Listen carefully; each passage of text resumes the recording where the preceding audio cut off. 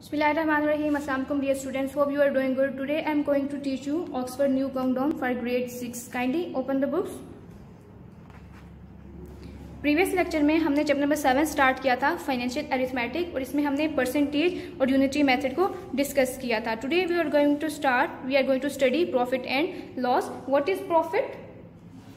ये अगर आप पेज नंबर 104 के एंड पे आ जाएं तो यहाँ से हम इसको रीड आउट करना स्टार्ट करते हैं. The cost price is the price at which a seller boys a good और boys a thing.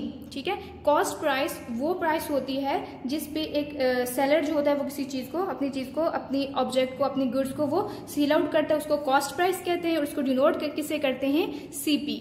The selling price is the price at which a seller sells the goods to a customer. और selling price क्या होती है? Selling price वो price होती है जिसपे कोई सेलर जो होता है वो अपने कस्टमर को कोई चीज, कोई गुड्स, कोई थिंग उसको सेल आउट करता है. उसको सेलिंग प्राइस कहते हैं. सेलिंग प्राइस को एसपी से डिनोट किया जाता है. प्रॉफिट और loss is the difference between the selling price and the cost price. The difference between selling price and cost price is called profit और लॉस. प्रॉफिट क्या होता है? What we earn after selling a things is called profit. Mean आपने कोई चीज़ आपने purchase की है, आपने एक पेन परचेज किया है 20 रुपीज़ में और 20 रुपीज़ आपने वो पेन परचेज किया, उसके बाद आपको उसको सेल कर देते हैं 25 रुपीज़ में. तो आपको जो 5 रुपीज़ का जो डिफरेंस है उसको हम क्या कहेंगे? 5 रुपीज़ जो अपने एक्स्ट्रा आपने अर्न किए उसको क्या कहेंगे? प्रॉफिट कहेंगे. लेकिन अगर आपने कोई चीज़ आपने परचेज की है, उसको जो आपकी परचेजिंग प्राइस जो थी, जो आपकी कॉस्ट प्राइस थी, उसको कम कीमत पे आप उसको आगे सेल कर देते हैं तो वो आपका लॉस आ जाएगा. The seller makes a profit if the selling price is greater than the cost price. ठीक है, अगर प्रॉफिट होगा सेलर को, ये शॉपकीपर को, उसको प्रॉफिट होगा अगर वो अपनी प्राइस को उसकी if the selling price is greater than the cost price, यानी वो जिस कीमत पे उसको सेल करता है वो उसकी कॉस्ट प्राइस से ज्यादा, तो उसमें उसको प्रॉफिट होगा. The seller makes a loss if the selling price is less than the cost price. ठीक है, अगर सेलिंग प्राइस उसकी कम होगी तो कॉस्ट प्राइस से कम होगी तो उसमें उसको लॉस होगा. फॉर्मूलाज देख लेते हैं हम पेज नंबर 105 पे. पेज नंबर 105 पे फॉर्मूलाज हैं. ये फॉर्मूलाज आप लोगों ने अच्छी तरह से याद करने हैं. प्रॉफिट क्या होता है? SP minus CP. Profit SP minus CP. Loss CP minus SP. ठीक है, CP minus SP. Profit percentage, profit divided by CP multiply by 100%. And loss percent is equal to loss divided by CP multiply 100%. ये formulas आप लोगों ने अच्छी तरह से याद करने. ये फॉर्मूला आपको हेल्प आउट करेंगे एक्सरसाइज सॉल्व करने में. एक्सरसाइज पे आ जाते हैं. Exercise 7C. In article, question number 1, in article is bought for ₹300 and sold for ₹315. Find the profit and the profit percentage. ठीक है, सबसे पहले आपने क्वेश्चन को अच्छे से रीड आउट करना है, क्वेश्चन को अंडरस्टैंड करना है और आपने उसमें फाइंड आउट करना है कि इसमें आपको क्या क्या चीजें गिवन है. इस क्वेश्चन में हमें सेल प्राइस गिवन है और कॉस्ट प्राइस गिवन है. इसके अलावा हमने इसमें फाइंड क्या करना है? Find the profit and profit percent. Sometime ऐसा होगा इसमें तो आपको मेंशन है कि you have to find the profit. कुछ क्वेश्चन ऐसे भी होंगे जिसमें आपको मेंशन नहीं होगा कि आपने प्रॉफिट फाइंड करना है या लॉस फाइंड करना है. तो उसमें आपने स्टेटमेंट को रीड करके उसको अंडरस्टैंड करना है कि इसमें आपने प्रॉफिट परसेंट फाइंड करना है, प्रॉफिट फाइंड करना है या लॉस फाइंड करना है. इस क्वेश्चन में तो हमें मेंशन है. इस क्वेश्चन में हमें गिवन क्या चीजें हैं? I have done this question for you. Here CP mean cost price, यानी कि जिसपे वो परचेज करता है किसी चीज को.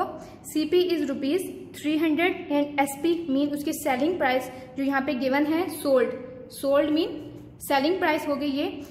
SP is ₹315 and you have to find the profit and profit percent. What is the formula of profit? आपको याद होगा प्रॉफिट का formula. Profit is equal to SP minus CP. Profit is equal to SP minus CP. SP हमारे पास क्या था? ₹315 and CP is ₹300. इनको subtract करेंगे तो हमारे पास आंसर क्या आ जाएगा? ₹15 रुपीज का उसको क्या हुआ? प्रॉफिट हुआ. Now you have to find the profit percent. What is the formula of profit percent? Profit percent is equal to profit divided by CP multiply 100. Profit divided by CP multiply 100. हमारे पास profit क्या था? ₹15 का हमारे पास profit था और CP हमारे पास क्या था? 300, यानी कि कॉस्ट प्राइस 300 थी, और क्योंकि हमने इसको परसेंटेज में करना है, हम इसको 100 के साथ इसको मल्टीप्लाई भी करेंगे। कटिंग कर दी हमने इसकी, ये 200, ये 2 जीरोज इस 2 जीरोज के साथ कैंसिल आउट हो गए, हमारे पास बचा 15 डिवाइडेड बाई 3, कैंसिल आउट हो जाएंगे, 3 1 ज़ा 3, 3 5 ज़ा 15। So what is the profit percentage? 5%। Okay, remaining question जो है इसके आपको नोट्स फॉर्म में ही आपको अवेलेबल होंगे, आप स्कूल एडमिन ऑफिस विजिट करें, यहाँ से ये आपको मिल जाएंगे। Over next topic is simple interest. Simple interest क्या होता है स्टूडेंट्स? जब आप बैंक में अपनी मनी रखवाते हैं, कोई अमाउंट रखवाते हैं, तो बैंक वो अमाउंट सारी की सारी बैंक में नहीं रखता, बल्कि उसमें से कुछ परसेंटेज बैंक में रख के बाकी जो अमाउंट होती है जो आपने वहाँ पे जमा कराई होती है वो बाकी लोगों को लोन एज अ लोन दे देता है, और या एज अ लोन दे देता है, और वो लोग उसको कहीं ना कहीं इन्वेस्ट कर देते हैं। तो जो बैंक होता है अपनी अमाउंट बैंक में रखवाने के लिए आपको कुछ एक्स्ट्रा अमाउंट देता है, जिसको क्या कहते हैं? सिंपल इंटरेस्ट कहते हैं। सिंपल इंटरेस्ट के लिए उसमें हमारे पास कुछ चीज़ें होती हैं। सबसे पहले हमारे पास होती है principal. What is principal? The principal is the money saved in the bank. वो मनी जो आप बैंक में रखवाते हैं उसको प्रिंसिपल कहते हैं। And what is simple interest? Simple interest और SI, इसको SI भी कहते हैं, और प्रिंसिपल को कैपिटल B से भी डिनोट करते हैं। सिंपल इंटरेस्ट और SI is the money earn on the principal, यानी आप वो मनी, आपने अपनी मनी जो बैंक में आपने रखवाई हुई है उसके ऊपर आपको जो एक्स्ट्रा मनी आप जो अर्न करते हैं उसको क्या कहते हैं? Simple interest. सिंपल इंटरेस्ट का इस्लाम में कोई कॉन्सेप्ट नहीं है, ठीक है। नेक्स्ट हमारे पास आ जाता है अमाउंट। अमाउंट क्या होती है? When calculating interest the term amount refers to money received from the book along with interest, यानी आपने बैंक में जो मनी रखवाई थी उसके ऊपर आपको जो इंटरेस्ट मिला आफ्टर इंटरेस्ट, जो आपके पास टोटल मनी जो आई है उसको क्या कहते हैं? अमाउंट कहते हैं। उसको क्या कहते हैं? अमाउंट कहते हैं, ठीक है। एग्जाम्पल है यहाँ पे हमारे पास, example number 22। Aftab borrows ₹2000 from his bank and promises to pay ₹2200 back at the end of 1 year, ठीक है। आफ्ताब जो है उसने 2000 रुपीज़ बैंक से एज अ लोन लिए, और उसने प्रॉमिस क्या किया कि वो 1 ईयर गुजरने के बाद आफ्टर 1 ईयर्स वो बैंक को कितना मनी रिटर्न करेगा? 2200। सो यहाँ पे हमारे पास प्रिंसिपल क्या हो गया? एक्चुअल अमाउंट जो होती है वो प्रिंसिपल होती है, और जो एक्स्ट्रा अमाउंट जो होती है उसको क्या कहते हैं? वो अमाउंट होती है। और उसके ऊपर उसने इंटरेस्ट कितना दिया था? इंटरेस्ट उसके ऊपर कितना चार्ज हुआ? उसके ऊपर 2000, उसकी एक्चुअल अमाउंट थी 22, उसने रिटर्न करने थे, तो मीन उसको 200 रुपीज़ का उसका क्या था? इंटरेस्ट लगा उसके ऊपर। प्रिंसिपल है, principal is ₹2000, simple interest is ₹200 and amount is ₹2200। Amount का फॉर्मूला क्या होता है? फॉर्मूलाज आप लोगों ने अच्छे से याद करने, जो मैं आपको बताऊंगी। Amount is equal to principal plus simple interest, this is the formula of amount, ठीक है। ये अमाउंट होगी हमारे पास। Now comes to the next page, rate of interest. Rate of interest क्या होता है? In most cases interest is paid annually on the principal amount, this is known as rate of interest.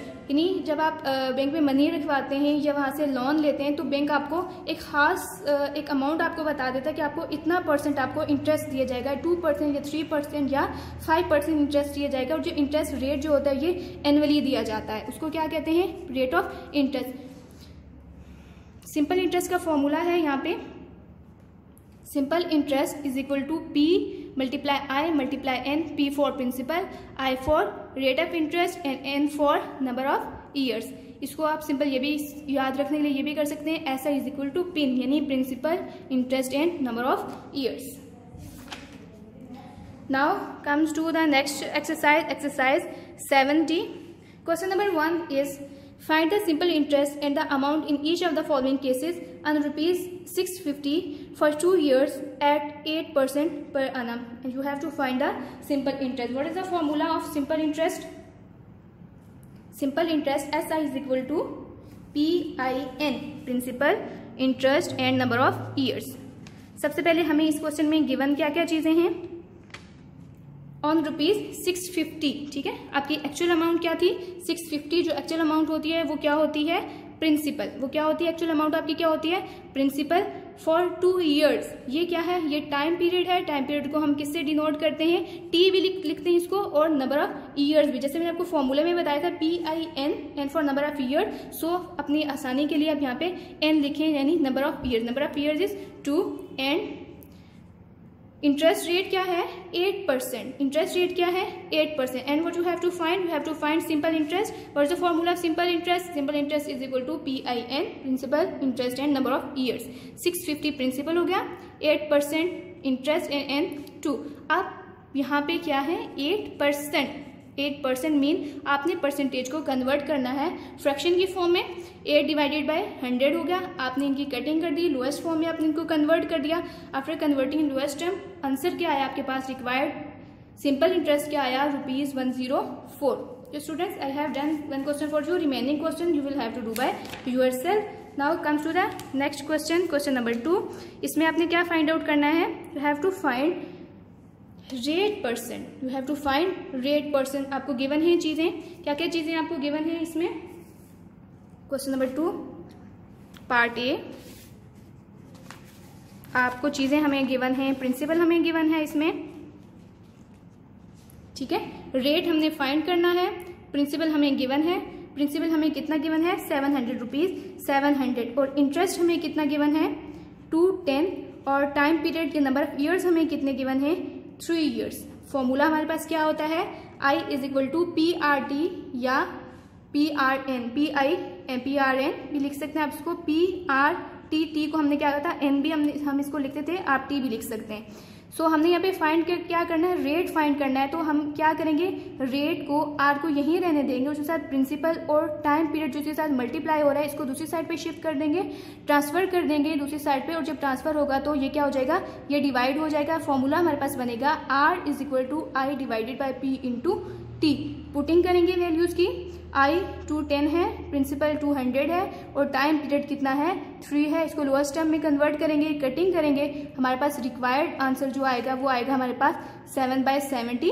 Again हमने इसको किया, हमारे पास आया 1/10. और 1/10 को जब हमने डिवाइड किया तो क्या आंसर आया 0.1. But we have to find percent. हम इसको परसेंटेज में कन्वर्ट करेंगे. परसेंटेज में कन्वर्ट करने के लिए हम क्या करते हैं, वी मल्टीप्लाइड बाय 100 करेंगे तो हमारे पास आंसर आएगा, कितना आंसर आएगा 10%. ठीक है, अगर 700 रुपीज कोई बैंक में रखवाता है तो उसके ऊपर कितना इंटरेस्ट मिलेगा आफ्टर 3 ईयर्स 10% उसको इंटरेस्ट मिलेगा. रेट ऑफ इंटरेस्ट ये है.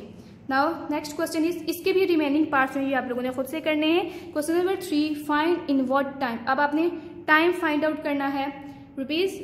Number 1 ₹600 will yield ₹90 at 5%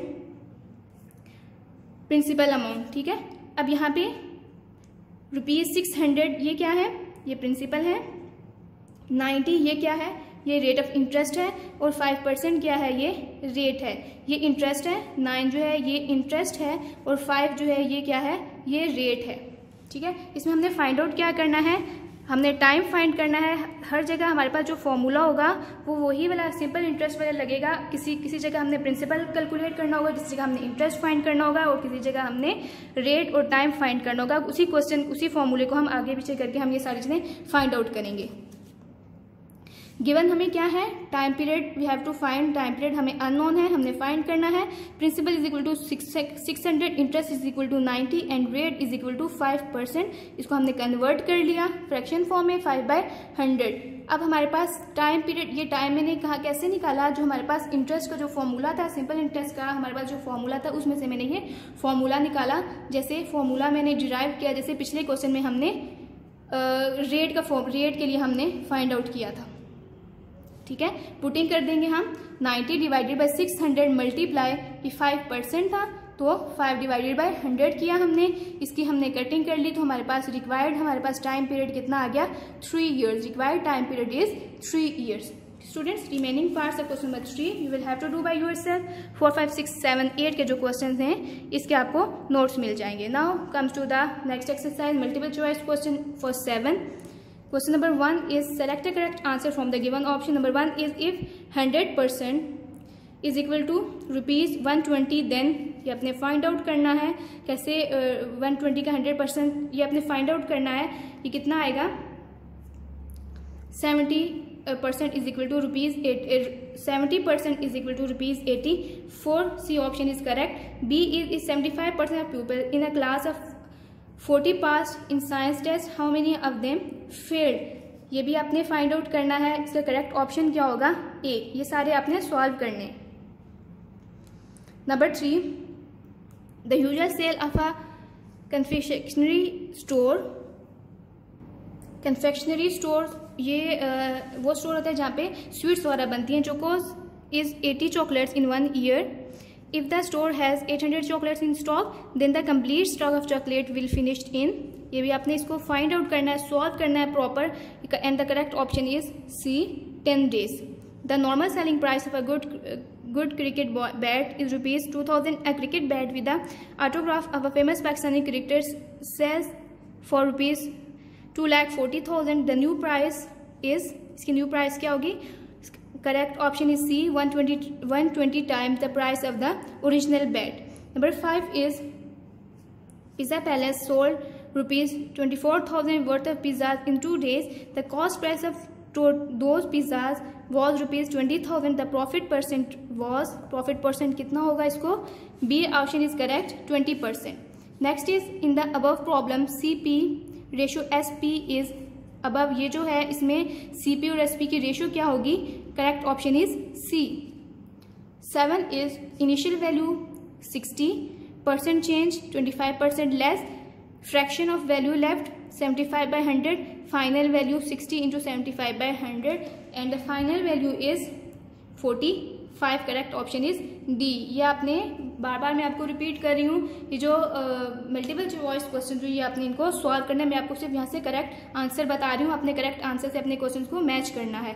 David page back his loan for ₹1,000 borrowed at 10% annum simple interest. He will pay back ₹1,100 at the end of how many years? 1 year. Correct option is C. Loans can be given for less than 1 year or more than 1 year is correct option is A. Okay students, we have done our work for today.